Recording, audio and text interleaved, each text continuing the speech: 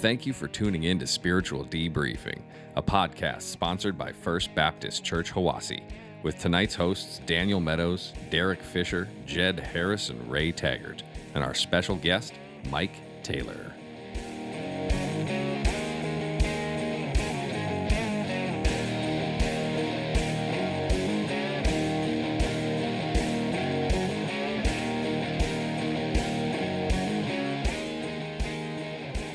Welcome to Spiritual Debriefing. I am back.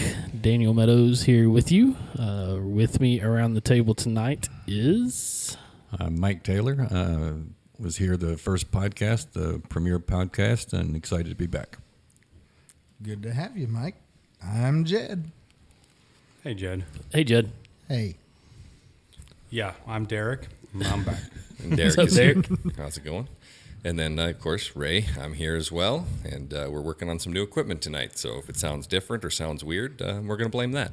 There you go. Hey, and we are missing Randy. He is not with us tonight. Yeah, he's got the wrestling. He's Wrestling. got some wrestling to do or something like that. So, Daughter's wrestling. daughter's wrestling, yeah. How was your Christmas? It's good. What'd you do? Went to North Carolina. Drive, fly? Drove. Yeah. The long Like drive. a man. How long? Drove like a man. How long of a drive is that nonstop? 18 hours. Because you come home. You in stopped, 18 right? hours. On the way there. Well, on the way there, we stopped at my wife's uncle's house in Tennessee. Spent the night there and then continued on to North Carolina. There you go. But on the way back, You drove I straight through. drove straight through. I wanted to sleep in my own bed so bad. Yeah. We all did. But it was a good trip. Went out there to see my dad in North Carolina. Helped him build some fence for his cows. Had a couple of days where we didn't do anything. That was good. Good But weather. It was cold. Yeah, because you guys got the cold front Yeah, that's right. here, and then that went out to North Carolina, but it didn't get as cold over there like it did here. It had been warmed up a bit by the time it got to you. Yeah, it was like 30 degrees. It wasn't like that was zero. It wasn't like zero. It wasn't zero. Yeah. But it was a good trip. We had a great time. Good. What about you? It was a good. We were supposed to host Christmas this year. Pipes busted Christmas Eve, so those plans changed. And in the middle of cleaning up from the pipes busting, got asked to preach the Christmas service. Mm-hmm. So that I heard about that. Yeah, that was in my 12 years of ministry. That's the second time I've ever preached a service for Christmas. Oh, that's cool. First time ever on Christmas Day itself. So that was Nice. kind of a neat experience. But it Yeah. was a good time. Did you have Good fun? time. Yeah. And then went down to Fayetteville to Taylor's parents' house. All right. Excellent. Yeah. What'd What'd you Sorry do, I Ray? missed Yeah, that. what about you, Ray? What'd you do? I laid in bed with about 101 degree fever. That's right. Well, hey, That's what I did. we're glad you're better, though. Yeah, I'm better now. Then, my daughter caught it after that, and then my wife caught it after that, and so she's still recovering. But, yeah, our Christmas through New Year's was spent holed up at home trying not to die. So it was your fault. Yeah, well, we blamed it on all the kids from the Christmas play, but, Oh, yeah. There you go. That's why we all been sick this This year, winter. it just Just Keeps going back and rolling forth. around. I don't, yeah, yep, that Not me. nasty Not flu and that new Rona. not Mike. Not me. That's good. Yeah. Mike, how was your Christmas? Eventful. Yeah. Christmas morning, we took my wife to the emergency room where she was diagnosed with a mini stroke, and so we spent 3 days in the hospital. Fortunately, we already had family time. We already spent some time with the kids beforehand, so we did have our Christmas, but it was an experience. But we made it through. She's doing better. Yeah, she's doing okay. She's still doing some therapy, and we've got some new medicine that we're going on. So hopefully that'll all work out in the long run. Like I told her on the way to the emergency room when she was so upset, I said, look, God's in control. We don't have any control over this anyway, so we just have to kind of deal with it and just kind of go with it. And we know that if he's got a plan, we'll just follow that. So kind of comforted her, I think. And she was here Sunday, so that was good. Yep, she's See doing a her. little bit better. Good. Jed, what about you? You have a good Christmas? Had a good Christmas. We stayed here local and Christmas Eve hit my parents' house, and then we had ours at the house and went to other family members throughout the day and just visited and just had a good time. There you Was it go. on like a time schedule? No, Like 15 minutes here and then no, it 10 minutes wasn't. there. It was really good. It wasn't That's one of good. those where you had to be here and there and you had to eat 3 meals and then Right. one more and an hour. No, nothing Yeah, like and that. you had to have grandma's pie at the end because she'd be Yeah. mad if you didn't. Yeah, it was It- all good. Wasn't like Thanksgiving where you got to hit everybody's house in one day for. No, It's good. Yeah. We did the Good time. one thing that I said I despise doing and did a lock-in on New Year's Eve. Yeah, that was fun. That was a long night. It was fun. It was a good time. Yeah. Yeah, we were but bummed it we was- couldn't come up for the it Nerf was fight. long. Randy texted us, said Nerf wars are starting. Get up here. And I Oh, was it like, was- kids are still sick. Wife's sick. Like, I don't want to bring that in here. It was a good time. I was telling Daniel I thought the Nerf 4s must have been really exciting because on my walk 6 miles from the church, I found a bunch of Nerf bullets all over the side of the road. I'm thinking, these kids really got out of hand. Wow. I mean, we went all out. We did. It was a lot of It fun. was a lot of fun. We played inside the church though. So It was a good time. The kids had fun. The adults had fun. yeah, Came with all our tack equipment. Yeah, we We're all did. tactical. it was a Nice. good, it was a Night good vision time. goggles and everything. That's good. Not quite. Not that quite. extreme. he did. But we have did his have a strobe flashlight. light. Nice. Yeah, we did. Nice. We might go night vision next time. And I brought my old bulletproof vest and then put all the darts in there. And Nice. It was Loaded up. It was a good time. it was good. It was fun. Yeah, there was a lot of kids there. There were. Uh-huh. I don't even off top of the head. I mean, it was in the teens, I think, something like Yeah, I that. thought it was like 16 or something, wasn't it? Something, yeah, I don't remember. something like that. I don't remember. It don't really matter, but it was good. But I mean, it was a good time. Good time. Excellent. A lot of pizza. Yeah. yeah, you had a lot of pizza. A lot of pizza. I only yeah. stayed till like 1, and I'm like, I can't. Yeah, but then you came back up and cooked breakfast for us in the Mhm. morning, so that was nice. Jed came up, Yep. so that Cooked was some a good time. breakfast. Cooked some That was good. breakfast and Excellent. tried not to fall asleep. So. Right.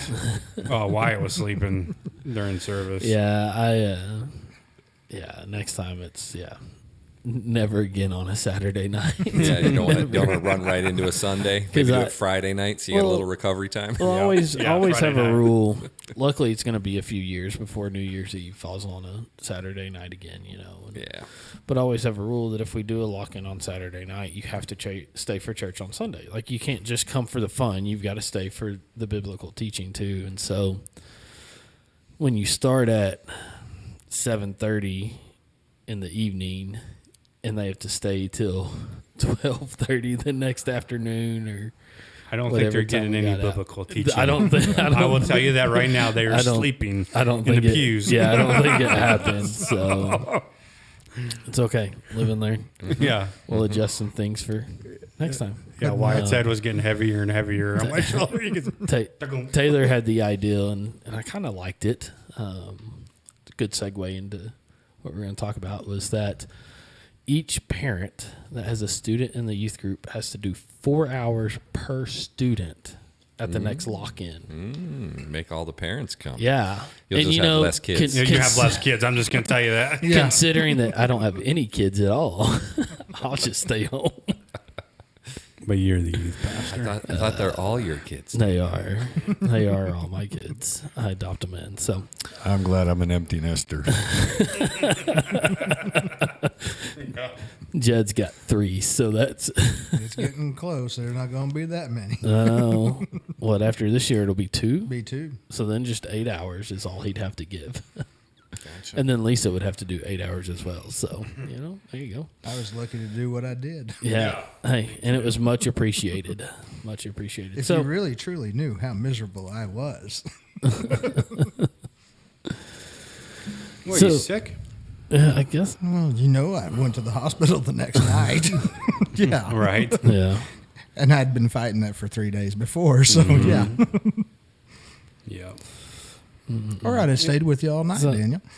No, I couldn't- appreciate you. I Yeah. couldn't do I was it. going to. I barely could do it. I did fine up until it's probably 5:36 in the morning was when I finally hit. And that's, I was doing everything I could to stay awake, cleaning and Oh, you should have seen putting how stuff happy up. he was when I pulled like, in. He come running out of the doors. Hey, here, I got coffee. I was like, Jed's here. I got coffee. Hey, Jed, coffee. So, Nice. yeah. So one thing that's been on my mind lately, and y'all know the struggles that we've had of having kids, but I've often wondered. I know it from the youth pastor standpoint, but as a parent, talk to us about raising children. How do you raise children? Well, I think what we're going to do on this podcast too is going to be this is going to be split up between 4 parts, I believe. Because I think I would like to bring in parents that come from different aspects of life. Mm-hmm. Ones that are, like Mike that has all Empty his kids nesters. growing. Empty, yeah. He's And got then- the most experience of all of us. Oh yeah, he does. That's why we brought him. And then somebody that has kids now, teenagers, ones that have younger kids, and really break that down. I mean, we really got to break that down into different stages of childhood. Where, what do we do when we first have the child? When do we start that? Do we start doing this stuff between 1 and 5 or 1 and 8, and then you go to 9 to 12, and like my 2 kids now. I mean, I got a 17-year-old and he'd be 13 tomorrow. So Man. 17-year-old daughter, and then Wyatt will be 13 tomorrow. So 2 teens. 2 teens. Wow. Yeah. You're in trouble. Oh yeah. So that's why I wanted to do this too. We all did, because there's a lot of us that are dealing with teenagers right now, and we need all the help we can get. Yep. Because every child's different. Every Absolutely. parent's different. Absolutely. Just real briefly, I have helped raise 10 children from different backgrounds, as a result of divorce, 8 children with one marriage, 2 with another. So blending together my biological children with my stepchildren, and how all that worked. We have a special needs child that we adopted. We have boys, we have girls, and there is definitely not an owner's manual. There's not a No? there's just not a we got our scriptures to be able to kind of fall back on, but sometimes they don't come readily available in your head when you're dealing with situations with your kids, because they come up with some pretty unique problems and situations that catch you off guard. And so I think that's kind of what Derek was talking about, that whole range of development for those children. Mm-hmm. Yep. I think that's what, when they say that it takes a village to raise a child, they don't mean society as a whole. I think they really do mean the old sense of village, like as in what our churches are kind of for us nowadays, is that you do have to rely on the parents around you, the other people around you, for their various experiences, their various issues they've gone through, because you can pretty much guarantee that, yes, they're all different, but there's at least one person in your church who's probably had their child do the exact same thing you're going through. Right. You just got to talk about it and find them, because Yep. you're not going to be able to just intuitively know that's the person you need to talk to. But Well, and not just their child, but maybe them themselves. yeah, Right? I mean, True. I think some of the things we did as kids is some of the things that y'all's kids are doing now. Like Right. things I I was just did. gonna bring that up, yeah. Things I did, I'm looking, I'm like, oh, I've done what Kobe's done. I've done what Wyatt's done, like I've been there, done that. Mm-hmm.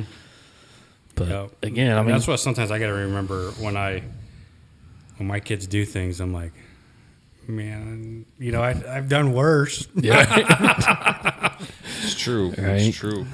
But I just didn't get caught. But it's still a hard pill to swallow, to have to take ownership of the things that you did, Right. and then how to deal with those kids in your situation as a parent, and taking that role of discipline.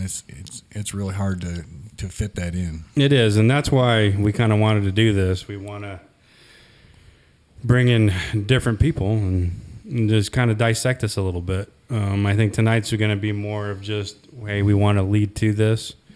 I want to put that out there too. If there's any listeners that listen to this and they have stories or advice or a question to ask some of these parents that we do bring in, like Mike, post them on Facebook or on Instagram. Send us a DM, or you can email us at ray@spiritualdebriefing.com. That'll come in, or just post it up on one of the YouTube videos. Yeah, that's what I was going to say. You get your own personal email. So yeah. Hey, it costs for each one. I know. I'm just joking. As soon as we get some sponsors, we'll get some more emails. No, I'm just kidding. But I mean, and even raising kids like not your biological kids is a challenge. Adoption and fostering as those type of parents brings its own set of challenges, and so it'd be great to hear advice from some of those. Some people that have done that. Yeah, because you really have to put it in a different perspective when you have to foster child, because the way you discipline a foster child is completely different in terms of what you can and can't do, and most of them already come with some story behind them. A lot of them, one of the children we had was a drug baby, and so had real serious issues that we had to deal with, but you can't discipline them in the same way that you might with your own children. And so it is a unique situation, but it's such an important thing that's necessary. There's so many kids out there that need parents. Spending 28 years in the classroom and seeing those kids in my classroom and having the compassion for them, that's a real big need. And I know that's a push that we have in the community, and I would love to see it a big push in our church as well. Right. Because, again, I got my little list of Bible quotes here to kind of help out with this, but everyone's probably heard all of them before, and the one I put right at the top is Proverbs 22:6. Train up a child in the way he should go, even when he's old, he'll not depart from it. Sounds great, doesn't work in practice every time, as I've seen, but I also think that what's missing a lot nowadays, and I'm not saying from anyone around this table for sure, because I don't know all of it, but there's a lot of people who rely on other people to train their children, to discipline their children, and they just take too much of a hands-off approach. Right. Yeah, that's what I was just doing ministry for 12 years. I've seen that a lot of churches used as the babysitter for kids, and it's our job to teach them. Yep, and this is supposed to be a little bit of extra, not the main source of it. When your church is not where your child should learn everything; it's where what you have taught them should be reinforced. Is really what it should be. And I know that's difficult because our society is now, every minute of our day is filled with something. There is no downtime anymore. It's hard to carve out time to sit together as a family even and do anything together, play a game together, let alone read the Bible together. But I think it's one of the most important things to do. And even going back, I wish I would have been able to start sooner with my daughter in doing that. We don't get to it every day, but even if we didn't get to it during the day, at least when I'm putting her down to bed, I'm like, all right, we're going to read a little bit of the Bible, and I'm going to talk about what I've learned and what I think it means, and ask her what she thinks it means, and I'm hoping it will help. Right. I just tell you, don't give up on it. As just raising my children when they were younger, we spent a lot of time together. We did a lot of the home devotions kinds of things. As I got older, they got more involved. I backed off, and even though all of my children professed to be Christians and we took them to church, there was a point in time where I have to fall on my sword and say that I relied a lot on the youth pastor when kids were in the youth group. Hey, they're in church and they're hanging around with Christian kids, so that kind of filling the void. And so that home devotion, that stuff that you're supposed to do at home all the time, it took a back seat and to a point where we didn't do it at all. We just then kind of expected, because our children were all Christians, we didn't have to do that anymore. So you just have to be careful about that. Yeah, we need to start doing ours too. And my daughter, she applied for a church camp in Iowa for the summer, and she had an interview. And what caught her off guard was, what is your favorite Bible verse? And she was like, bah.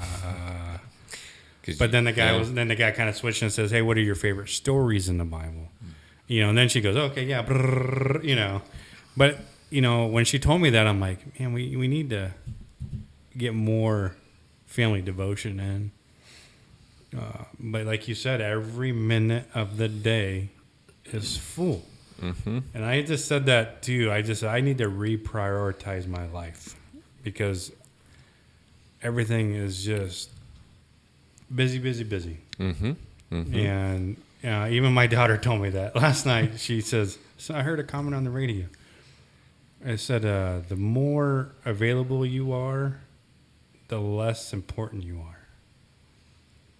And I says, "Well, yes, but if you're available to everybody all the time, your importance is probably lowered." Right. So, and I'm like, that's how I am. I just say yes. Sometimes I just got to say no. Right. Because you could. What good is being important to something that isn't important? Right. Because you could be busy doing something that you're important to that thing, but if it is not important, then that's nothing. Well, and when you as a parent say yes to everyone else, you're saying no to your kids. You're saying no to your kids, and that, as somebody who came from that, and that's why it's so hard for me to say no, is because that's what I saw my dad all the time, going to do stuff for other people. Right? That was the way I was raised up. It was you always helped other people. And so, and then I was like, okay, well, what about me? Like, yeah, you showed up to my games, but what about me at the house? What about playing catch with me at the house? What about just sitting down on the back porch with me? What about, so we just got to be, we got to be careful with that. And I see that a lot in the schools now too, is I see kids longing for some sort of parental affection. Yeah, like connection. Because we do. Like, I've got one kid at school that, this kid, I mean, I love the kid. He's a cool kid. But his parents he goes to football practice and he goes to football training, and his parents are always gone and doing things, and and so I feel bad for the kid. I really do, because he's wanting some sort of attention, and the way that kids do it now is in a negative way. They act out, and so they get attention, but it's not the right attention. That's a guaranteed way to get attention, is negative.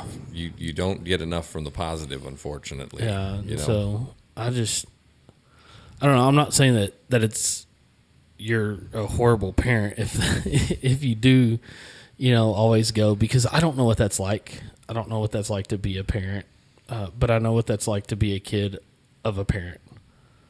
And so sometimes I feel like we got to sit back and think about, okay, if I say yes to this, who am I saying no to?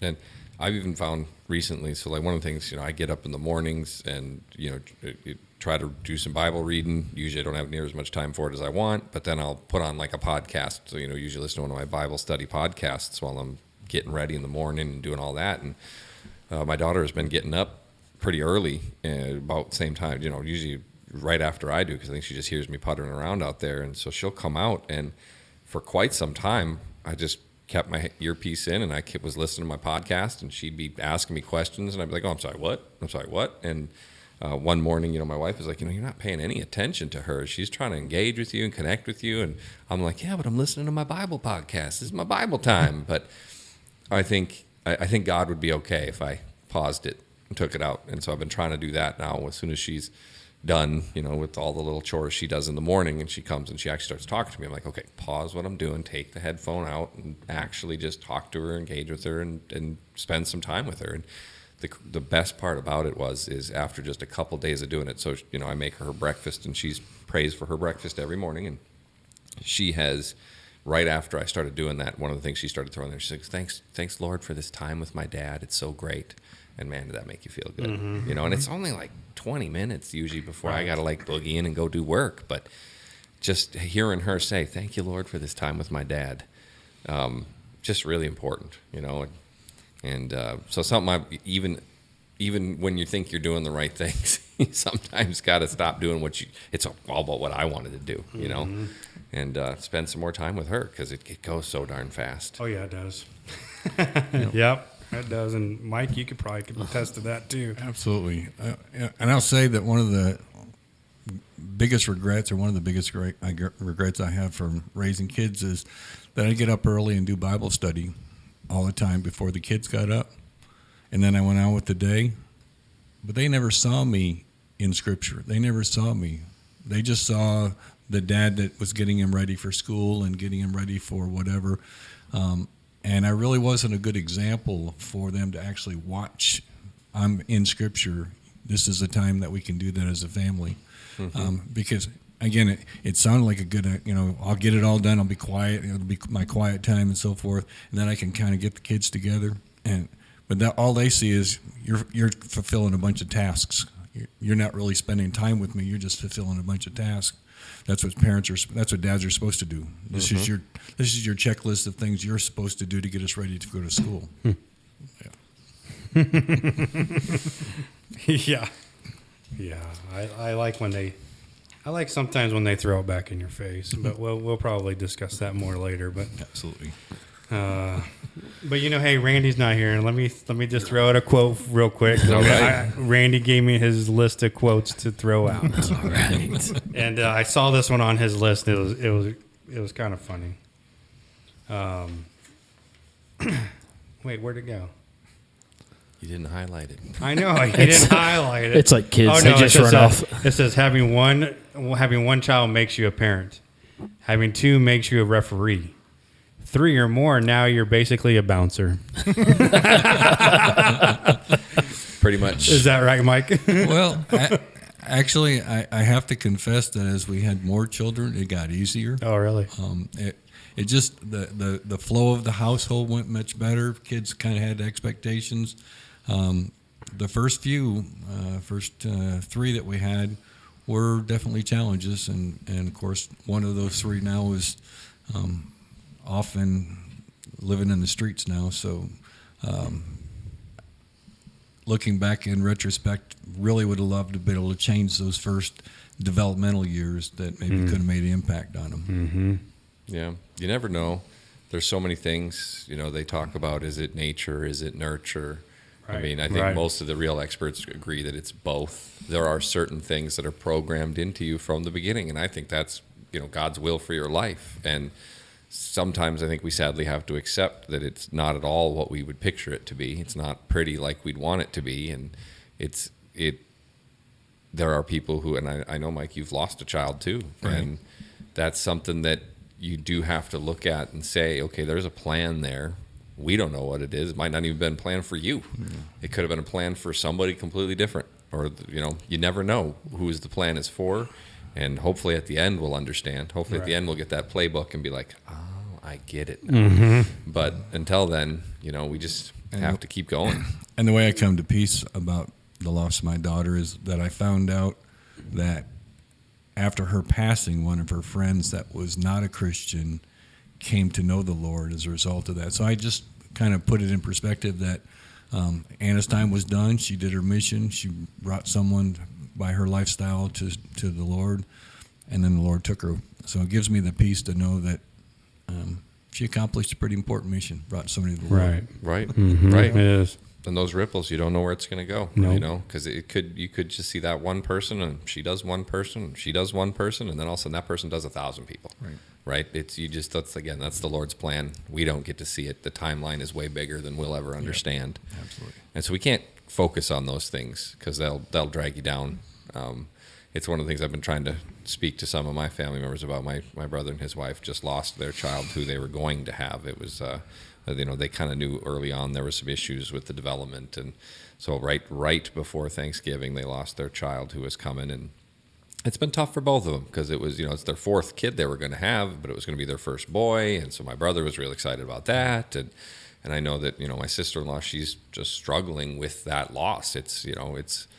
There's no way I think we could even empathize with the loss that a mother has in those situations. It's definitely deep.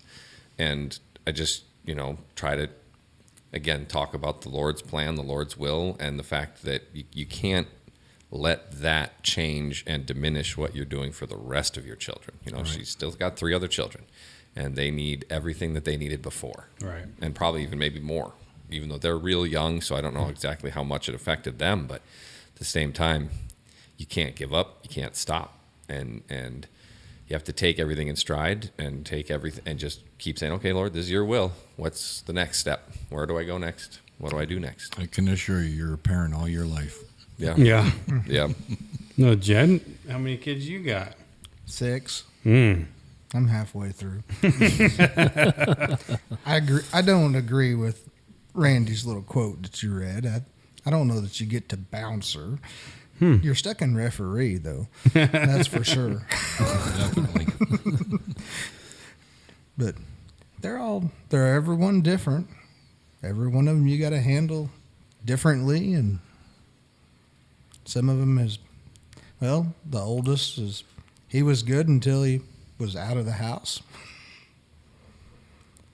Next one was out of the house, was fine. We had a little hiccup here with the next one, and then I don't know. They all have their little quirks and little problems, but I mean, there's not a perfect child. You out don't there, handle or a perfect parent. any of them the same. Right. You can't discipline any of them the same. I think the main thing is to be a good example, to try to lead the right way in everything you do. And there comes a point where you as a parent, you can do all that you can do, but it's finally up to them. Mm-hmm. I mean, they're the ones that are going to make their mind up which direction they're going to go. I get that a lot, especially like as kids are graduating high school, going off to college. I hear parents all the time, what do I do now? And I just look at them, I'm like, have you done everything God has asked you to do for that kid? Yes. There's nothing you can do. There's nothing you can do. You can pray for them. You can continue to love them, support them in any way that you need to. But I think as far as the hand-on parenting that you had as they were going up through their childhood, high school years, I think at that point, it's time to you got to take the hand off and let them fly. Yeah. Mm-hmm. You got to let them fly, and all you can do is pray and be like, hey, you need me, I'm here, I love you, I support you. But I think that's it. That's it. I don't know. I mean, I'm going to be there next year. I mean, right. Autumn's graduating this year. I'm going to be there at that college. But I don't think it's going to be just hands off and just go, here you go, you can just do whatever. But I still think I'm going to be involved in her life. I'm going to still, You're going to be involved. You're going to be involved, but I don't know. I guess when I say hands off, like discipline-wise? The curfews quit, the discipline, that's what I mean is that part of the parenting. Yeah, you're still going to have an influence. I mean, my dad still has an influence on me all the time. I call him all the time. Right. I'm 32. I'll be 33 in March.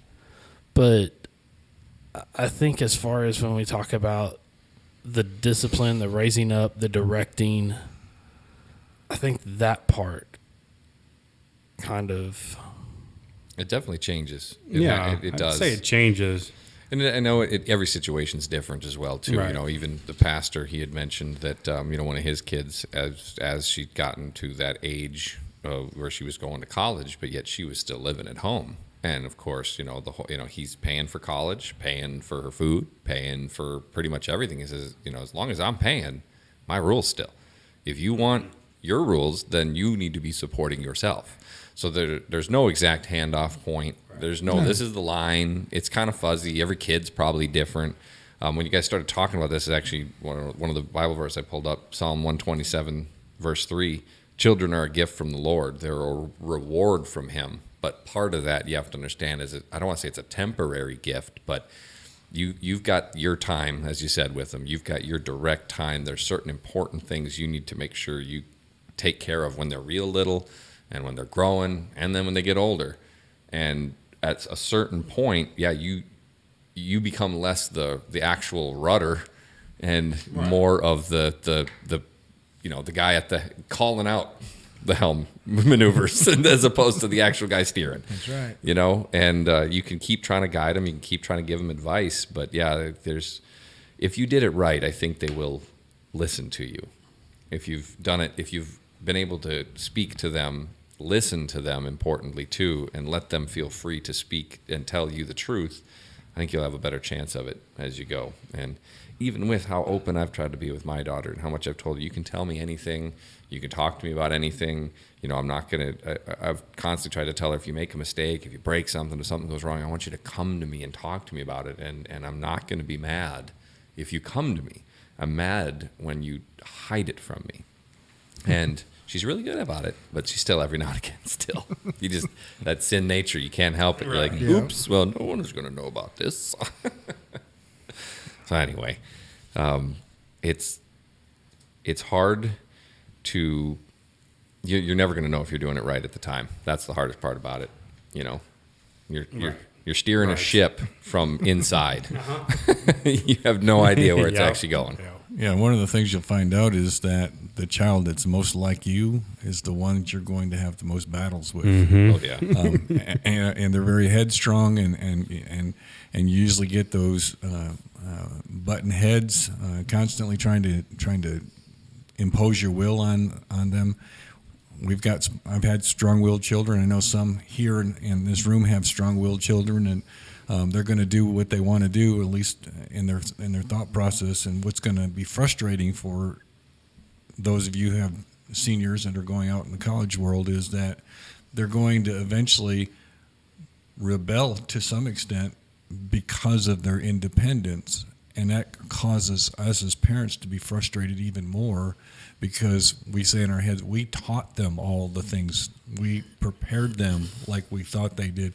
Where did they come up with these ideas?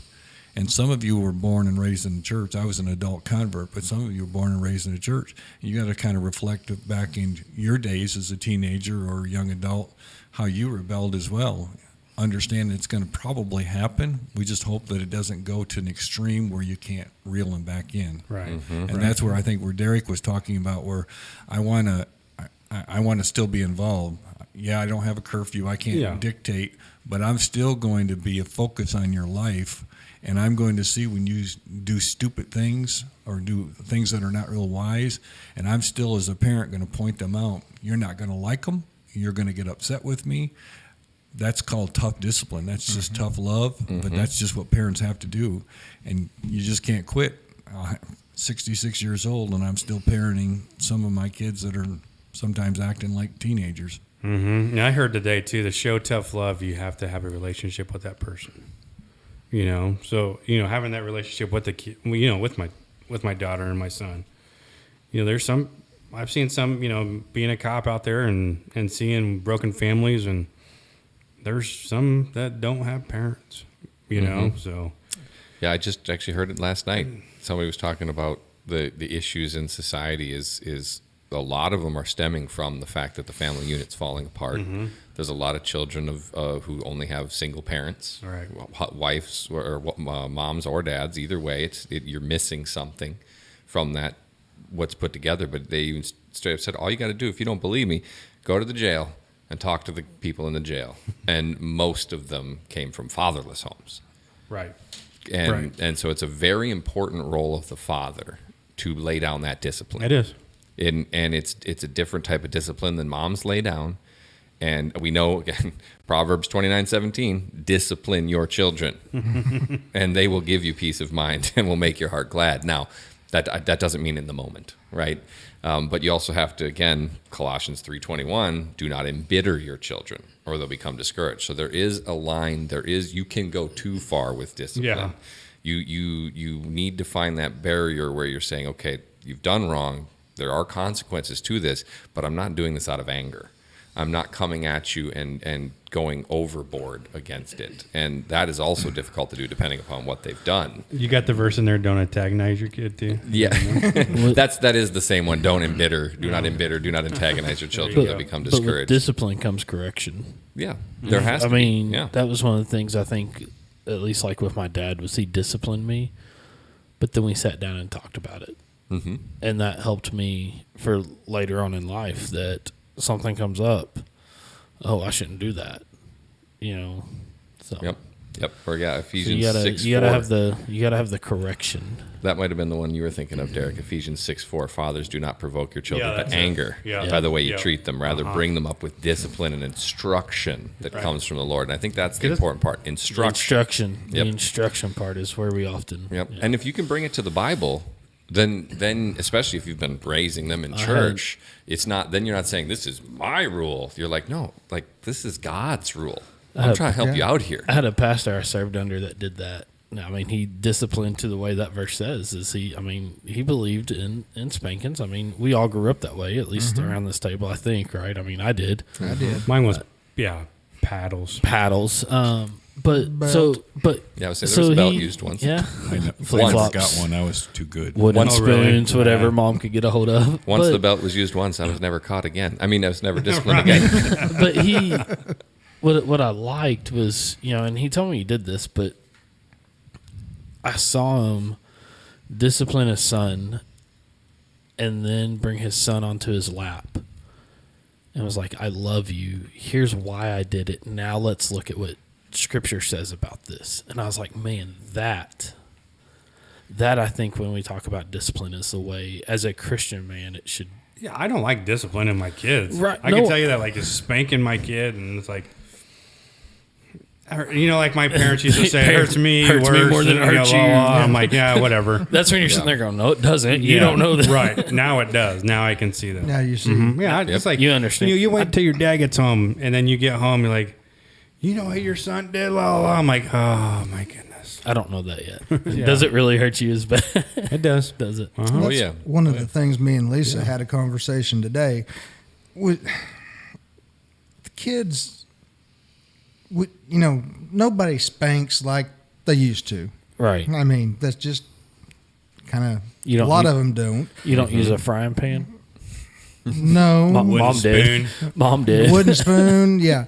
But all this new discipline that the majority of people are using, there is no consequence. There's not. So you get disciplined. Okay, well, I'm good for so long. I get my phone back. Okay, I'm disciplined for so long, and this comes back. Or everything's always there's a way out. Mm-hmm. There's no more accountability. There's no more accountability. It's always, oh, I'm bailed out. I'll be fine. But what happens when something serious comes along to a child that might put them in jail? I mean, that kid still has the mentality that, oh, I'll be all right. I'll get out. Everything will go back to me. They don't realize that it's just not there for them. Yep. I mean, with our daughter, one of the, not too long ago, she lied about something that she did. And, for discipline, she lost the Nintendo. We took the Nintendo Switch away from her, and she didn't have it it was well over a month. Because she was like, how long? I said, until you deserve it. Mm-hmm. It wasn't like you're grounded for 2 days. You're grounded for 1 week, anything like that. Because I think that kind of leads into, what you're trying to say is that it's just like, okay, well, I just got to wait it out. Just wait out my time. It was like, no, you need to earn this back. And this comes with you telling us the truth, with you getting your homework done, with you doing your chores around the house, and not asking, do I get it back yet? Do I get it back yet? You're going to get it back when I feel good and ready. But if you use that same punishment again, okay, I can make it. I made it that time. But where Daniel was talking about the spanking and pulling in the lap, and this is it. I mean, a little bit of physical pain really does good for the brain. Mm-hmm. I mean, it makes something work.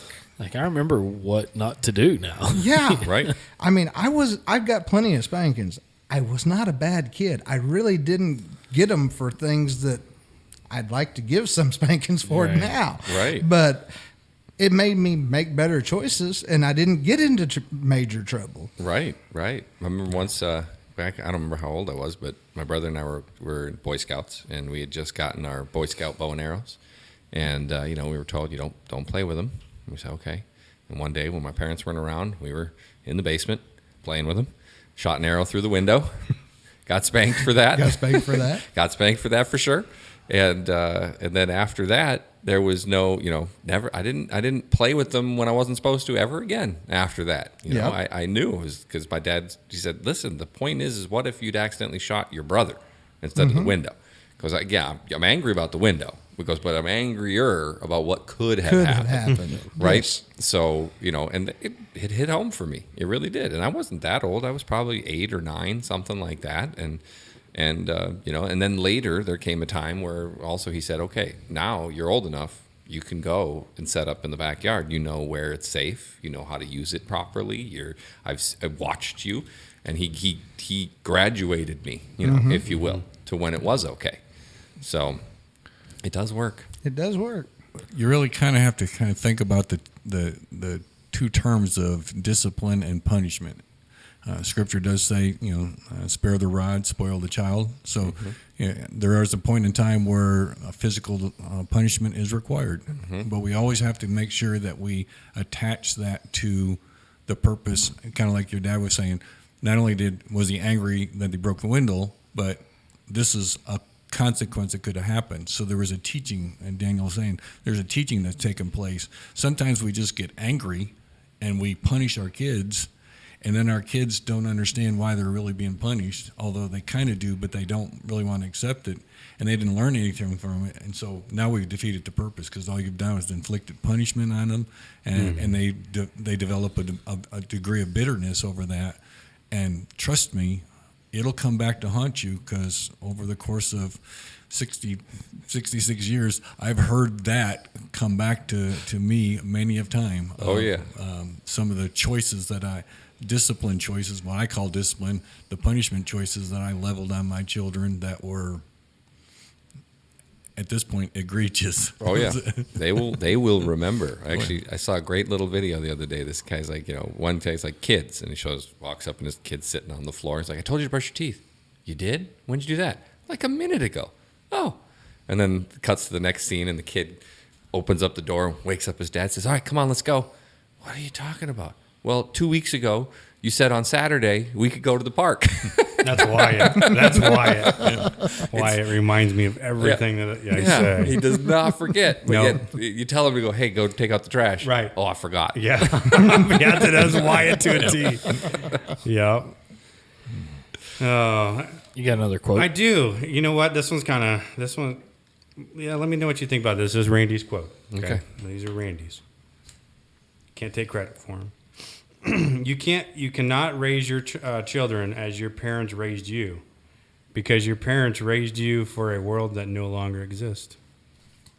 It's good to think about, though. It really is. I mean, Because we could say that when we were raised, we didn't have social media. We didn't. Cell phones in our pockets. The internet. We didn't have any of that none of stuff. that. I can say probably with the older half of mine and the younger half, I see the difference in there. Mm-hmm. It's not the same world. Yep. Yeah, it's not even from you're talking that you're both your kids, but even from the young to the old. From the old to the young, there's a difference in. Yep. And that's I think one of the important things to remember. And again, this another Bible quote, Deuteronomy 6 and 7. These commandments that I give you today are to be on your hearts. Impress them on your children. Talk about them when you sit at home and when you walk along the road, when you lie down and when you get up. And again, that's the one universal truth is the Bible. It still applies, even with all the new stuff that's going on today. Oh, yeah, it Still applies. So, that's a route you can go to. That's a well you can go to and try to bring everything back to that. And you're not always going to be able to, but you know what? The cell phone also works in our favor in that way too, because you can do a quick little Google Bible search and be like, I'm going to find a good verse to bring out here real quick before I go walking in there. And it can help you out. And I'm not great at it yet either, because I can never remember. I was like, I know there's a verse about this, but I can't find the darn thing. But at least I couldn't imagine if I had to try to leaf through the book to find it, because I never would, And it is a total different day and age now, because back when Deuteronomy was written, they were talking about the fact that, it was all in your head. There was nothing written. So you had to just know it and memorize it. And man, I wish I could do that. I wish it worked that way nowadays. We were like that too. We remember were. phone numbers. And it's true. It's true. Everything. We remembered everything. Yep. That is true. But remember what Brother Roger preached about the good old days. And, we look at, yes, we have different challenges because we got different technologies, but they're the same set of sins. They're just easier accessible nowadays, and so you have to deal with them with Scripture the same way. It's harder sometimes to catch them because of all the nuances of our culture, but the sins is still the same set of sins, and we still got to address them the same way. I was from an era where computers didn't exist, those kinds of things. Our calculators were like size of a notebook page. Yeah, didn't you move the beads back and forth? Yeah, Yeah, what do they call those? abacus. Yeah. Yeah, we did those too. God, I love you guys. Chisel and stone. I am glad you're here, Mike. I did shave before I came. Jed, is that just because you're not the oldest now? That's right. But that there are a lot of things that are out there, but the sins are still the same, Right. and you still got to address them the same way. And you can't use it's technology that's to fault. It's the foundation that we laid in the home before they even got to that point. Yep. And whether or not why we allow our children to have cell phones at age 8, 6. Some kids that I taught in school had better cell phones than I did. They have more technology than I had. And that's a kind of a parent decision. We as Christians can make an impact there. Yep. And if you're willing to give your child a cell phone, you can't just take and hands off say, well, I don't know what they're doing. Yeah, you could if you wanted to. Take the time. There are apps for that stuff. My daughter she's got a tablet and she's got a laptop, and I've got it set up so I know everything she does on either one of them. Now, granted, I do have a little bit more of a tech background, but there are people you can talk to that there are places you can pay a little money to get those stuff set up on there. You should not, and in my opinion, until my daughter paying for her own cell phone, I'm going to know exactly who she's calling. I'm going to know who she's texting. I'm going to know what games she's playing, what websites she's visiting, because that's my job as a parent. But be careful.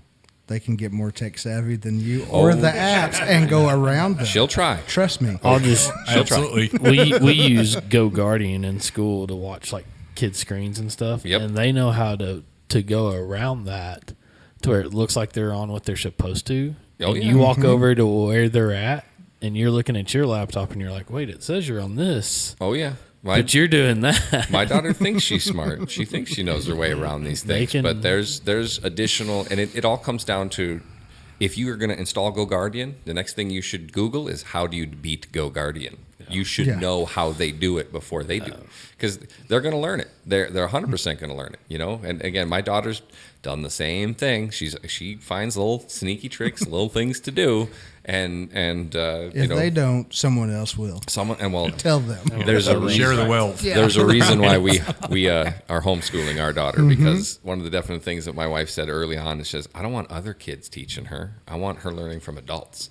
And when you send her to a school where there's, the adults are outnumbered 30-1 or more, she's going to learn from kids more than she's going to learn from adults. And I think that may be an issue that we have in our society today, is that kids learn way more from each other than they do from the people who actually know anything. And so that's, we made that decision. It's not easy. There's sacrifices to be made to do it, but it's one of the things that we decided we were going to do. So, and I'm glad to see more and more people are doing it nowadays. Homeschooling's on this huge resurgence. Oh, yeah. COVID helped out a lot, because yeah. people got to see us like, this is what they're teaching you. This is what you're doing at school. Okay. And, even if you think you can't homeschool, there are now our homeschool pods. There are people who are starting small little homeschool type groups. And again, you can say, we can't do that. It just doesn't fit for us. It's like, no, you're just not willing to make the sacrifices that are involved. If you want to do that, you can. Yeah, we homeschooled our four oldest up through the youngest of those 4 to 4th grade, and then we adopted a special needs child that had OTPT an hour away 3 days a week, and put him back into public schools. But you're right, the foundation that you can have, we had a Christian curriculum. We were able to focus on that. Mm-hmm. I wish we would have been able to, or could have, but we chose to go a different direction. So. Mm-hmm. And I'm not saying, I get it. Sometimes you're not going to be able to. I'm not saying everybody should homeschool. That ain't going to work. But you have to understand that, think about it, you're sending them to a place for 6 to 8 hours a day where God does not exist and is often is excluded and even looked down upon, you're going to have to make that up, right? There's no way about it. If they spend 6 hours there 5 days a week, you've now got, what is it? My math's terrible. 30 hours. It shouldn't be that bad. 30 hours there. How are you going to make up that 30 hours with God outside of there? That's a lot of work. Because, the old Native American tale of there's two wolves inside of you, right? It is actually the truth, though.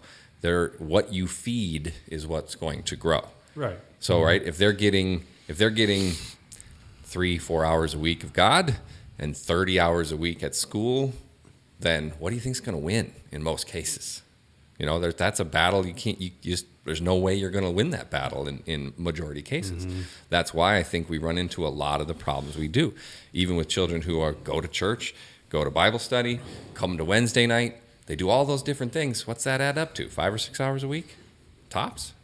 Yeah, it's funny too. I don't want to bring in the negative either, but growing up and then we see homeschoolers and they're like, man, they're so socially awkward.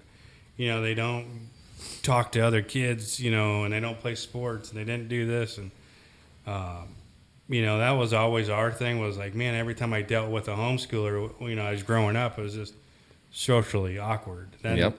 And then when we had kids, when we started to have kids, we were thinking about homeschooling too, but we were too career driven and and that's our society, unfortunately. Well, it's career driven and then really like my wife, she's like, I don't have the patience for it.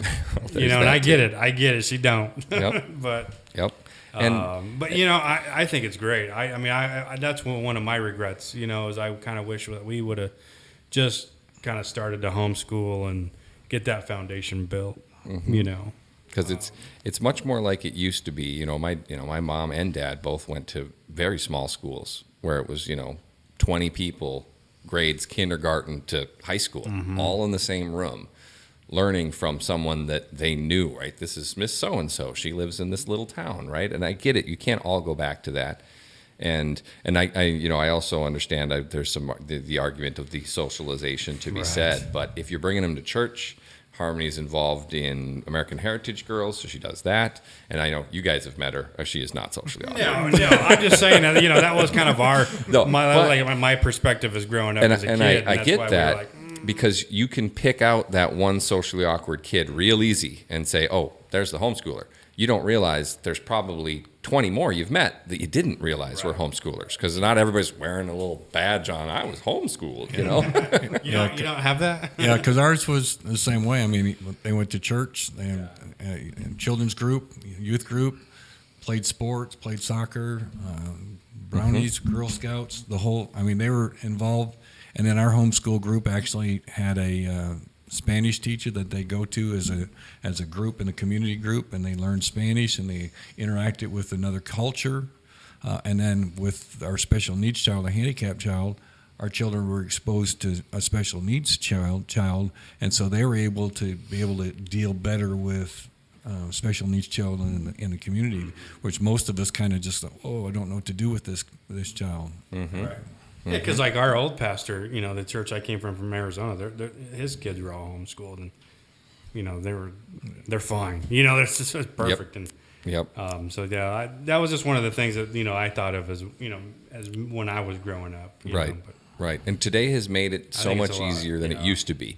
Because back when we were growing up, if you homeschooled, you pretty much had to be done by your parents. There wasn't an internet. There wasn't websites you could go to meet other homeschool groups. Satellite. TV or whatever. Yeah. There was not from, and we don't actually participate in a lot of them right now because we just moved to the area and my wife's got a good setup going or anything. But we've run into numerous people who are like, oh, yeah, we live in the neighborhood and we've got 6 kids who get together at this house on Monday and they go to this house on Tuesday and they go over to this place on Wednesday, and my wife's like, okay, that's too much, I'm not doing that. But and it's fine. Maybe as Harmony grows, maybe she gets older, we'll try to plug into some things like that. But for those of you out there who might be interested in this kind of thing but thinking personally, we can't do it. Because again, our society has driven us to a point where it's so difficult to do. You can almost not live as a single income family anymore. No, yeah. It is darn impossible. Again, you have to make lots of sacrifices. We have not gone on a single vacation. We can't afford vacations because we're a single income family. You don't get to do that, right? We don't have brand new cars. We don't have brand new phones or technology. We do well. I make good enough money to do what we do, but at the same time, if my wife was working, oh man, would we be living a completely different lifestyle? We'd have almost instantly double the money that we have right now, right? Because she made plenty of money doing what she was doing, but we made a choice, we made a decision, and we made a sacrifice. And that is for our daughter, but also I think for us too. We get to see her so much more, and we really do enjoy that. I mean, it is amazing. But if, let's say, you wanted to do it, but you don't think it's economically feasible, or again, maybe you don't have the right temperament for it, then look at the local community. Find a local homeschool pod that you can plug in. And yeah, that means that probably you have to do something. Okay, well, we'll take them on Saturdays and go to the park and play, and we can do sports. You're going to have to help out in most cases. But it is so much easier nowadays to get to that homeschool type of environment that you want to than it was even 5 years ago. There's some great stuff online to help you out. There's multiple different. We found a couple really good biblically based online programs that can get you curriculum, that can get you worksheets, that can get you even help you out. In some states, it's difficult to homeschool still. They'll even help you out with legal stuff if you need to, lawyers and things like that. So there's far less barriers nowadays than there was. And so, again, I'm just saying this because if there's anybody who's listening who's thinking about this but thinks that there's things that they just can't provide, you don't know until you look. You really don't. So Daniel, you're new into the classroom this year. What kind of things are you dealing with when you know that you're dealing with children from a broken home? What kind of things are you seeing in the classroom that you can make an impact on? Because there are so few of us Christian educators out there that are trying to make an impact, and so many Christian educators are afraid to take advantage of the legal rights they have. Yeah. How can you impact those kids that are from those broken homes that we're talking about? Well, just like that one I was talking about earlier, that young man, his parents just this year split. And so from the start of the year till Christmas break, I got to see a behavior change in him, and not for the positive.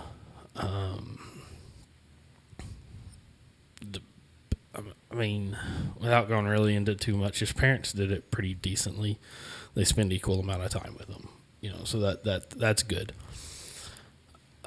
But what I see in a lot of our students and him is they don't know how to express their frustration.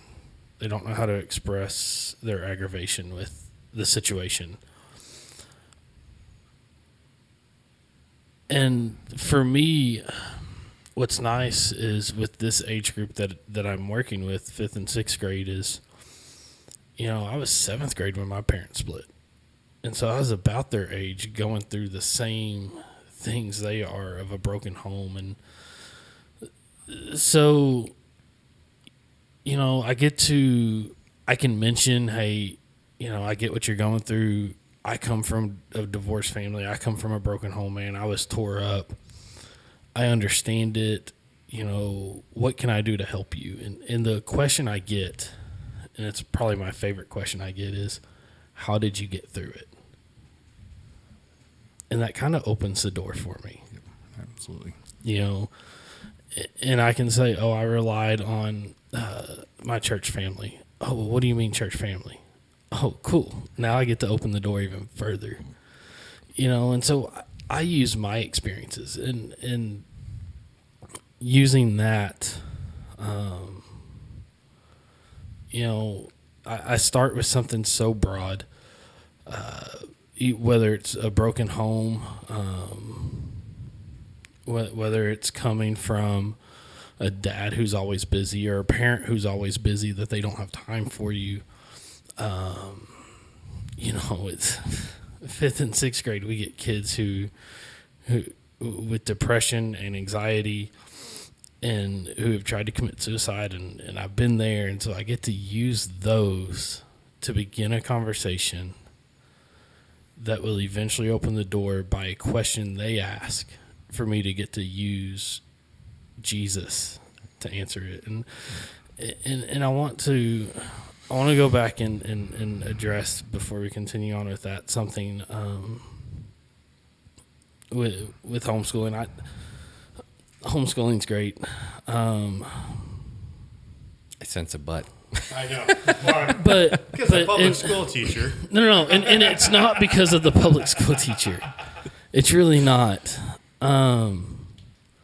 I get the whole co-ops and I get the cohorts, and you're doing things as groups. And a lot of times what I've seen from homeschools and their cohorts is you usually gravitate towards people in a cohort who are like you. You usually gravitate towards other Christians homeschooling. Mm-hmm. At what point do your kids then use a mission field to share Jesus? The public school, and it's not because of a school teacher. It's not because I'm married to a school teacher. It's because I'm a youth pastor who has taught these kids, share the gospel with your friends. Yeah. Right, I get it. Just because you're grown up in church doesn't mean you're a Christian. But how many more people can they impact at a public school as opposed to a cohort of 5 Christians? Right. No, that's true. If you're in the right area. You know what I mean? And so that's where I'm like, I had a BCM director. He did it. I think he did it right. The foundation, kindergarten through, what do you do? Kindergarten through like 6th grade. The first 6-7 years of school, really laying the foundation. He did it right. They homeschooled. Mm-hmm. Okay? Nothing wrong with that. When they hit 7th grade, when it gets toughest for kids, was when he sent his kids into the school to let them go into the mission field to share the gospel. And that's where I'm like, we've got to be careful. I get your choice, right? Right. Well, and we were in a different place too, because in Hawaii, Harmony was told she can't talk about Jesus at school. Right. And they literally told her, no, you can't talk about right, that here. Right. And that was when we were like, boom, she's out. I just want us to be careful, though, saying that you can't, because you can. I see it all the time. I see kids all the time sharing the gospel. And so, those parents who can't or who choose not to homeschool, or, I just want us to be careful the way that we come across with that point of homeschooling, is saying, because they choose not to homeschool, sometimes they can't because they have to work. Oh, yeah. Because they're a single mom. Or a single mom. You got no choice there. Right. Yeah. I didn't mean to come off and say this is the only answer. Yeah. So, that's for sure. So I just want us to, because I tell the kids all the time, hey, the school is your mission field to share Jesus with your friends. Mm-hmm. And it's more important nowadays than ever. Exactly. And we just talked about with that quote, you can't raise the kids the way that we were raised because it's different. It absolutely is different. And that's why I think even more us laying the foundation of who Jesus is, and we know that our kids are saved, put them in those schools. Let them share the gospel with those friends. Mm-hmm. And maybe those schools will flip back. I got to say, definitely, we're in a different area than a lot, right? We're being in Arkansas. Because I saw a kid talking about his school, and I think he was from California. And it was just a young boy. I think he was around 9 or 10. And he was saying that, you can't be cool at school anymore unless you're gay or trans or something like that out there. Like, you're just basically, you are shunned and exiled because you're not something weird. You don't believe you're a dog, or you don't believe you're a fish, or all the weird stuff. Yeah. A cat. Right. All the weird things. That is being pushed as being trendy. And again, I'm not saying here, right? You see what's going on in the schools here that are different than what you might see in the other parts of the world. And that's the thing, is there is some of it here. Yeah, there is. Right. But you got to push back against it. Somebody's got to. You can't seed the ground. Right. And so, I tend to try to always have a smile on my face at school, always, and that's caused questions from other teachers. Why are you always smiling? Why are you always joyful? Why are you always happy? So then I can have those conversations with teachers. Because God is good. Exactly, and there are more kids that go to church and that are Christians in our schools than what people realize. Mm-hmm. And so by me being an example of, hey, you can be in this dark environment and still be joyful and still talk about it. We do a moment of silence at Bentonville right after the prayer. And I know everyone has their own kind of thought of a moment of silence. So that's not really praying. That's just having to sit there quietly. But I utilize that time to pray. Yeah. Of course, I keep my eyes open, and I don't pray out loud, but my mouth is moving.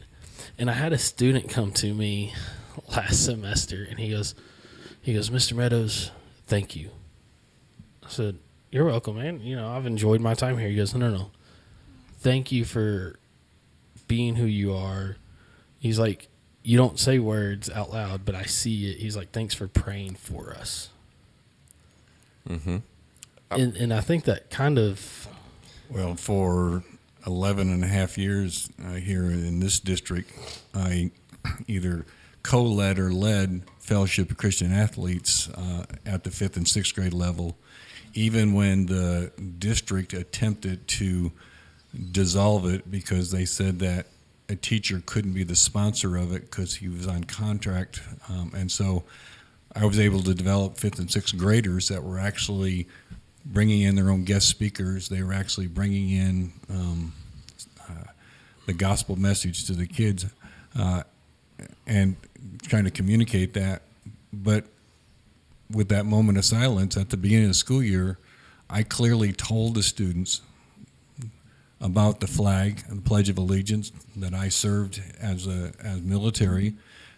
I talk about the In God We Trust that is in all the classrooms and why it's there. And I tell them what the moment of silence is all about, what its purpose is, and I tell them about what the law says about 1964, which is all according to the curriculum. So we don't have to back away from all of that.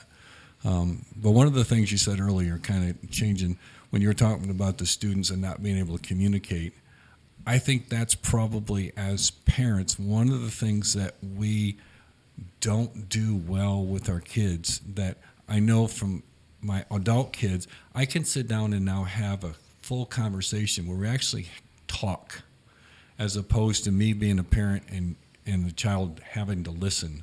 And I would encourage that aspect as you're growing, raising children, to sit down and actually converse with your children. Not just give them a set of directions, not simply giving them a set of advice, but talking about what they really are interested in and why they're interested in. I think that's what happens with these broken homes. Yep. I know, Derek, you've probably seen a lot with a lot of domestic violence situations where you go to home and you see those children and you can see the terror on their face because they don't know, they can't go to mom, they can't go to dad because right. Mom and dad are fighting, so they don't have anybody to talk to and they're out in limbo. And so if you think about our kids having a conversation with us, letting them know that they have that security to be able to come, as you were talking about your daughter, being able to come to actually share without fear that, oh yeah, I broke a glass. I want to come talk about it so that we have a good understanding. I don't think we do that very well as parents. No, you're right. Yeah, because, you always get, all you do is yell at me or, you give me directives all the time. And, even sometimes too, like I've been trying to recently change that where I could just sit and listen or, like for autumn, I'm like, okay, let's just sit and talk. I won't yell at you, and I just want to feel what you're feeling like, what is your emotions right now? Why are you feeling this way? Just tell me. I just want to listen, and then, sometimes it works and sometimes it doesn't. But most of the time, we as parents, are, especially men, because we're fixers, right? We try to fix it. We'll hear some of it, and we want to say that we're good listeners, but when we automatically interject, and we defeated the purpose for why we're having the conversation. Right. Yep. Right. Yep. Yes. Being in the schools helped me realize too a little bit. When we discipline, a lot of times we're kind of up over them, right? I mean, you think about like when I look at other classrooms and like when the teacher's getting onto the kids, a lot of times it's finger wagging and Standing over top of them, Yep. kind of. And I do things different. And a lot of teachers are like, how do you get through to that kid? I see that kid struggling, acting out, whatever it may be. And instead of standing up over them, I go sit down. And they just kind of look at me. Because a lot of them are like standing up, causing issues. And I just sit down beside where they should be sitting. And then they just kind of slowly sit down. And that opens up that communication because now I'm on their level. Yeah, there's a psychology about I get that. like with elementary kids, I get down on the floor on their level when I was in the elementary school, and the teachers were like, "How do you deal with that? How can you get them from such a red level is what we call it, right? Green, you're happy. Yellow, you're kind of you're getting a little frustrated. Red, you're like angry, upset, whatever." And they're like, how do you get them from a red to a green to where they can open up so quick? I'm like, because I don't sit and yell at them. I get on the floor. I sit where they should. And I let them understand that I'm there when they're ready. And I just sit there. I mean, there's been times I've sat there with like the elementary kids for 10, 15 minutes just sitting on the floor. And the principal walks by and I was like, okay. And like, because she knows what I was doing. Yep. This with the way you guys are talking about, again, the school system we experienced was in Hawaii, right? Yeah. Completely different. Completely than here, different. because there's no Pledge of Allegiance in Hawaii Yeah. anymore. There's no quiet time. There's no, that has been sanitized out. And I'm sure there's probably lots of people listening who are in very similar type environments. And maybe that's another thing you got to look at is, and I hate to say it because I know it's something that's, I don't know if it's good or bad, but we are moving in this country to where there are, I'm not going to move to that state because of the way it is, right? I work for a company that's based in California, and when we said we were going to move, they're like, well, hey, you should move to California. I was like, never. I'm sorry. Because of the way the rules, the laws, the way the schools are done there, the way all that's done, not going to live there. I'll come visit. I'll come fly out anytime we got to do meetings, any of that, but I am not living in California because it's just, again, we're kind of tribalizing ourselves, but unfortunately, that maybe is the only option you got, right? If you are a single parent, if you don't have the ability to do the things that you need to do, then maybe you need to find an area where the school system is better than where you currently are. You got to move, and not everybody can do that either. That's the number one demographic thing that happens when somebody moves to or considering to move someplace. Is they look at the school system. Yeah. I mean, that is like the number one. Yep. One of the reasons why this area is growing is because the reputation of this school district in the areas, Gravette, Bentonville, Rogers, Springdale, have a really positive demographics in terms of scores and so forth. And people are literally start, because a lot of people are working from home, and so they can basically move where they want to. Yep. And they're moving to places that tribalize them. That's why we're here. Yeah. That's why too. we're That's here. why Arizona to Arkansas. Yep. Well, Wife works at home, and we went off on talking about schools a little bit there, but I want to challenge parents. Discipline doesn't always have to be spankings and physical. So like if you're struggling to get through to your kid, sit down and just wait and see what happens, because your kid's going to look at you strange at first. I guarantee it. The kids who have never had their parents just want to sit and listen and talk with them, they're going to look at you and be like, what's wrong with you? But then it's going to become one of those things to where they're like, oh, okay, I know you're not going to yell at me. I know you're going to help me get through whatever this is, because I always thought psychology was weird. I was a sociology-minded person, always society. But being in education, I'm starting to realize sometimes it's the psyche of a person. And sometimes they're acting out. That's the only way that they know how to express themselves because they've never been allowed to express any other way. I think that Jed mentioned it earlier that all the kids have different personalities and you raise them all differently. I can think of my children, that strategy would work with some.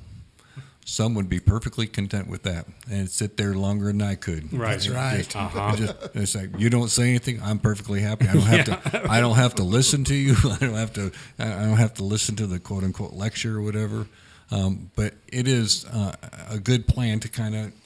You have to personalize the discipline for each of your children, and we sometimes. I should say I sometimes would discipline one child this way, and it works so well that I go try it on a second child, and it just blows up in my face. That's right. It just doesn't work. The spankings didn't work for me. Yeah. Did not. It's the same thing when you deal with people. Yeah. It's true. It is. Same thing. I could talk to you a different way than I could talk to him. Yeah. I can do certain things, and they, it clicks for you and doesn't click for him. There's just different ways, and the kids are different. They're different as well, and Wyatt, sometimes he needs a good, spanking. Where Autumn, she's at the age now you're gonna point and get red faced. Yep. But I wanted to bring this up. I saw this in Randy's quotes, and I think this is a problem that we're having right now with raising kids. Is don't raise your kids to have more than you had. Raise them to be more than you were. And I hear that a lot with parents right now. Is I want them to have what I didn't have. So us as parents, I'm going to be guilty. I'm guilty of it. Where we spoiled our kids because we gave them everything that we didn't have as kids. We didn't grow up with money as much. My parents did the best they could. They worked hard, and we didn't have the newest of everything. And every time we got something, we had to work on it to make it run. Mm-hmm. We couldn't go down there and just go buy a brand new 4-wheeler or truck or whatever. And so I really feel that that's a problem now. Is that's what we're doing, is almost spoiling the kids so much because we're giving them everything that we didn't have, so they don't have to work for much. They don't work for anything hardly. Now they're entitled. Their hand is out, and saying, "Well, this is all I know." And we're going to touch on this. We're going to continue on to that. But when I saw that quote, I'm like.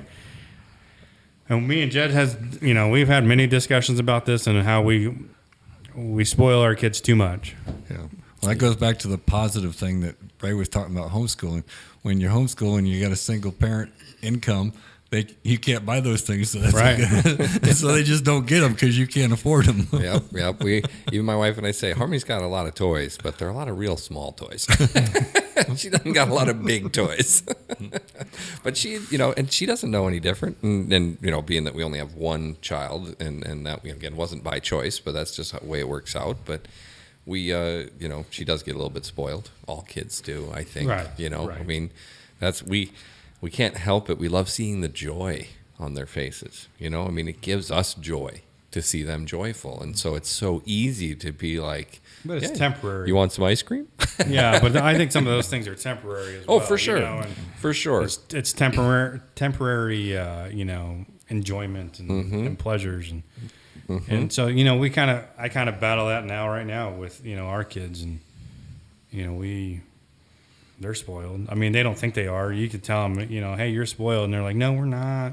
Because they always know somebody who's got more than them. Exactly. There's always somebody who's got more, and it'll always be that way. Yeah. We got to remember 3 John 1:4. I have no greater joy than to hear that my children are walking in the truth. Mm-hmm. Yeah. Right? And honestly, there's that temporary joy of, I got them a thing. I got them, got them a new tablet for Christmas, got them whatever it might be. But what will bring you eternal joy is seeing them grow up, knowing God, right, and being truly godly. That you can just picture it, and it brings joy to your face right now, to your mind right now, just being like, if they're in church, if they're following the Lord, and if they, that's the most important thing. They might not be doing everything you want them to. They might not be, following your lead everywhere, but if they can at least follow God, they're going to be okay. Yep. Yeah, I think it's kind of comical about the giving kids thing. Some of our conversations with my older children, especially, we call them the top half and the bottom half, top 4 and the bottom. But the oldest 4 will talk a big conversation about a memory where we actually were able to take them out to eat someplace. That was a big treat for them. That was now they all got water. They couldn't get a drink. They only got water, but they have memories of us being able to take them out one time. So they appreciated that. That was family time for us. Yep. And I love that. Actually, that's my daughter's favorite thing to do, is do something with us. She of course, all kids, she likes to play video games. She likes to watch TV. But if at any point I came up and was like, hey, you want to go to the park, or you want to play a board game, or you want to go out in the backyard and do this and that, she pretty much on 100%, 90% of the occasions will drop exactly what she's like, yeah, let's go do it. So I love that she's still at that age. She likes hanging out with me. I'm trying to suck up as much of that as I can right now, because I know it's going to change. But even homeschooling, I know it will change. But at the same time, I do credit that to the fact that we've tried to bring her up with the Lord from the very beginning, and that's something I wish that, nothing against my parents. I just wish that was what they had done better for me, because I think it would have helped. I really do. So. Yeah. I mean, I was raised in church from small, I don't know, 2nd grade maybe, or younger. I can't even remember. It's been a while. I think for me that time, it was great, because I mean, we learned about God. We went to church, and we met a lot of I met a lot of good friends. I don't know why we have to say we, but I met a lot of good friends, and I remember lock-ins at the church, and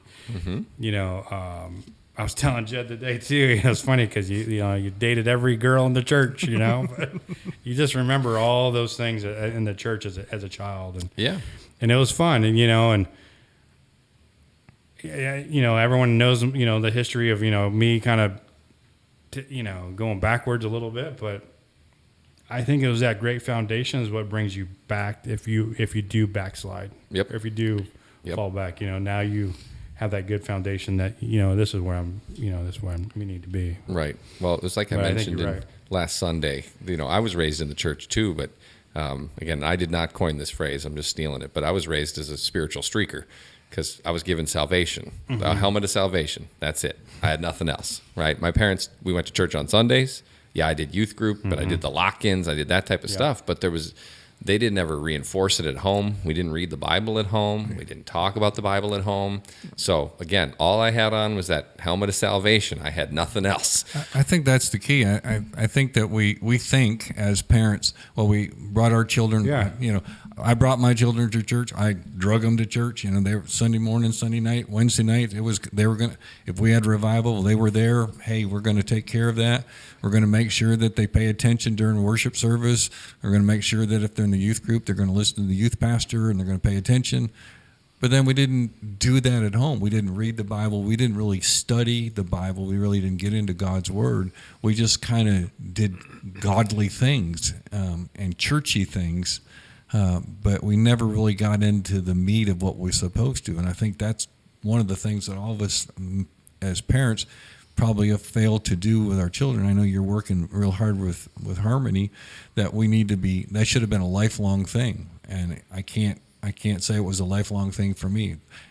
We did a good job for a number of years, but then we let life get busy and get in the way, and put that aside. Now we're still going to church. We're still faithful, doing all those things. Our children made professions of faith. I pray that they were all sincere professions of faith, and only the Lord knows that. But we never really spent time as they got older in the Word. And I think that's probably the biggest error as a parent that I committed, I guess. Yep. And it's one of those things you'll never know. Hindsight 2020, as they say. But and you know, if we keep doing this long enough, maybe I'll get to tell you how it goes. But I'm hoping it engenders something different in her. Again, from that idea of that, yes, daily reading, daily study, talking about it, discussing the topics of it. And even if I can't, now one of the other things I've started trying to do more often is if I'm, instead of putting my Bible podcast in my headphones and listening to it, I'll broadcast it out loud so that everybody who's around me gets to hear it. So Harmony hears me listening to these. Yeah. And she, at first I thought she was just ignoring it because she'd be playing her tablet or doing her homework or something like that. But then I start hearing her mention things that she's heard. Yep. And I'm like, okay, so it's getting through. Oh, they multitask very well. Yeah, they do. And if your kids are still at home, I mean, teenagers, older children, you know, it's not too late to start that. Nope. And it can always be a simple conversation. I know, Jed, you do this from time to time with your girls, I think, is, hey, what'd you talk about tonight in youth? What'd you talk about in Sunday school? Like, that's great because, A, that makes them want to pay attention. B, if it's something you question about, then you can come to me and be like, hey, this is what the girl said. Talk to me real quick, you know? And and I guarantee you'll learn stuff from your kids too. We know that, you know, they'll see a verse in a different way than you see it, or ask you a question about one. And you're like, you know what? I don't know the answer to that. Let's figure it out. Let's dive in and do a little study here. Yeah. You know, when we read Harmony's Bible, she's got her little, you know, kids' Bible, and it's got totally different little side notes in it than mine does. Does it have the pictures and everything? It's got some little ones, not big pictures. That's Ray's Bible. That's right. That's Ray's Bible. She actually did get the Action Bible for gosh, what was that? It wasn't for Christmas. She got it a little while ago as a gift, but that wasn't the one at baptism, was it? No, that was different. We bought it for her, but it's like the Bible done in a comic book style, you know. It skips a lot, but still, she read that. She reads that on her own. It's like, geared towards that age to where they can comprehend it. Yeah. So she, you know, she's got 3 Bibles now, and I see her read 2 of them, you know, actively, you know. So it's really cool to see. Really good. Well, I think we'll continue on with this. Yeah, it's probably Mike. You'll be back, right? Be back next week or next time? Next time. I'll be more than happy if you want me back. Because I want to ask you this, and I'm going to have you think on this a little bit, because now we say that, you know, we need to do more for our kids and read the Bible at home, and, you know, they go to church and they go Wednesday night and they do this and they go to summer camps. You know, I've seen sometimes that it's too much that pushes them away because, you know, you hear the excuses of the kids where, you know, my dad made me do this and made me go to church and made me read the Bible and made me do that. And now you see them as adults and they're like, I don't want anything to do with church anymore because my parents force it on me so much that I don't want anything to do with it. My question to you is, you know, where is that fine line that you're not pushing too much that's going to push them away from God, but it's enough where you're building a great foundation for them as they get older? So I kind of want you to think about that, Mike. You know, I think that's what the first question I'd like to start with on the next podcast. Sure. And where we can decide where we find that fine line. And I'll ponder that answer because I know that anybody who's got a child that's fixed and leave the home have all said that. That's most of my children have used that same line. Right. That, you know, so I've heard this before. It's not like it wasn't a new concept that was invented. No. And so, I mean, you probably got the answer like this, but well, I don't. I kind of and. Hopefully, and I shared with you, I actually sent messages to all of my adult children to ask for them to send me honest feedback about what I was as a parent, positive and negative, as I'm growing up, and as as they've grown up as an adult. So just before I came, I texted them again saying, looking for that stuff. So maybe they can give me some insight that I can share next week. And I got a list of questions here that I'm going to send over to you too, and kind of, just so you can have something to go off of that. I think we're going to have some questions, and if it's too tough, I'm not coming back. That's fine. That's fine. You can call a pass on that. Right. Yeah, and if anybody listening, if you got questions you want us to cover in this, comment, again, shoot an email, DM Spiritual Debriefing on Instagram or Facebook. And if you've got a different thought on any of this, we'd love to see some comments. That'd be awesome. We'd love to just kind of get some feedback, or if you want to, try to answer that question, I'll keep an eye out for anybody throwing any answers in. We can maybe even read a few of those. And if you want to be anonymous, just let me know. I won't read names if you don't want me to. But I think it can be. This is a topic that there's no exact answers for any of this. Right.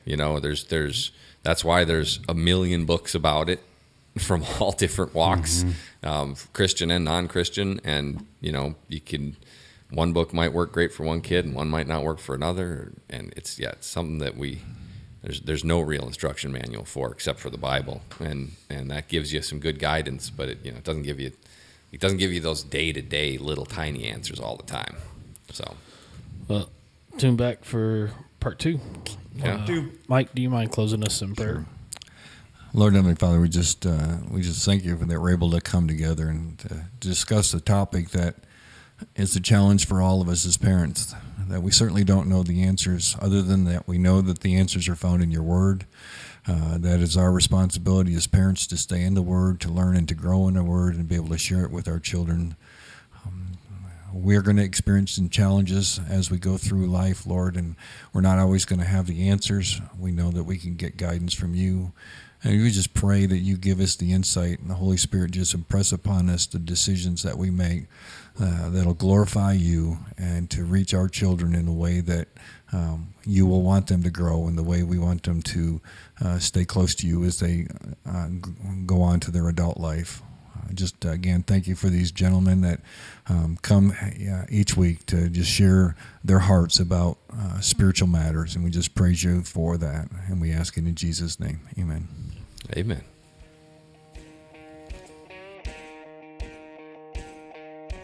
Thank you for listening to Spiritual Debriefing, a podcast supported by First Baptist Church Hiwassee. Please like and subscribe to the podcast so you can be notified when we post new episodes, as well as check out our past episodes.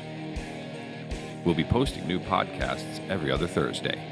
You can follow us on social media, Facebook, Instagram, and Twitter. If you have questions you'd like us to answer, comments, or feedback on the podcast, please contact us through our social media or email us at dmeadows@fbchiwassee.com. Thank you, and we hope God blesses your day.